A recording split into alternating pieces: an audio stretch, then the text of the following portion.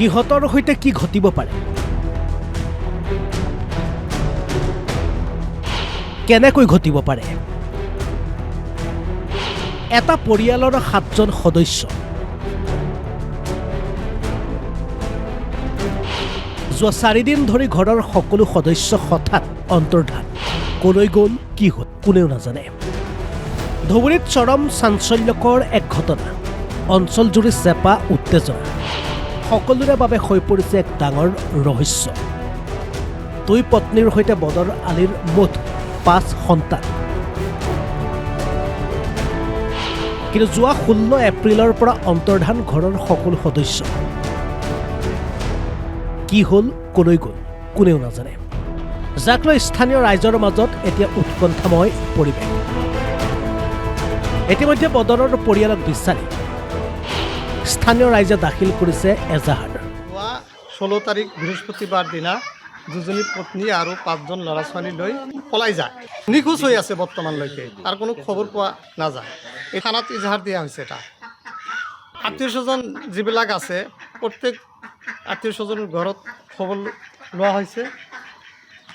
কোনোবা ঘৰত এই মানুহকেইজন নাই এতিয়ালৈকে নিৰুদ্দেশ হৈ আছে কোনো খবৰ নাই তাৰ বৃহস্পতিবাৰ ৰাতি আমাৰ ইয়াত 2জন পত্নী আছিল আৰু 5টামান ল'ৰা ছোৱালী আছিল তাৰে ভিতৰত 3জন ল'ৰা 2জন ছোৱালী আছিল নিখোজ আমি খবৰ লৈছোঁ ক'বলৈ গ'লে বহুত জেগাই আমি খবৰ লৈছোঁ তেখেতক কিবা সন্ধান পোৱা নাই বহুত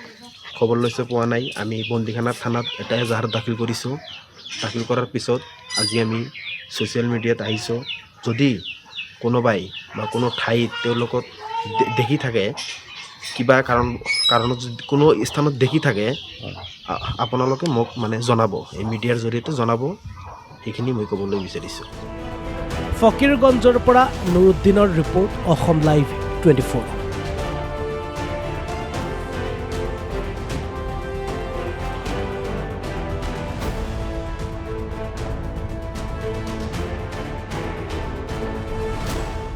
যোৱা 16 তাৰিখ বৃহস্পতিবাৰ দিনা দুজনী পত্নী আৰু 5জন ল'ৰা ছোৱালী লৈ পলাই যায় নিখোজ হৈ আছে বৰ্তমানলৈকে তাৰ কোনো খবৰ পোৱা নাযায় এই থানাত ইজাহাৰ দিয়া হৈছে এটা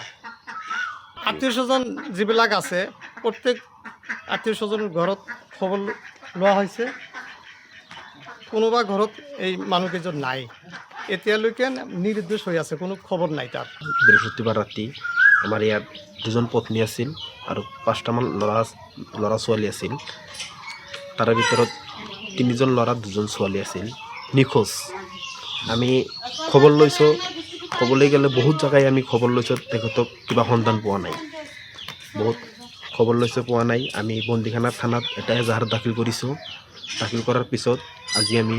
ছ'চিয়েল মিডিয়াত আহিছোঁ যদি কোনোবাই বা কোনো ঠাইত তেওঁলোকক দেখি থাকে কিবা কাৰণত যদি কোনো স্থানত দেখি থাকে আপোনালোকে মোক মানে জনাব এই মিডিয়াৰ জৰিয়তে জনাব সেইখিনি মই ক'বলৈ বিচাৰিছোঁ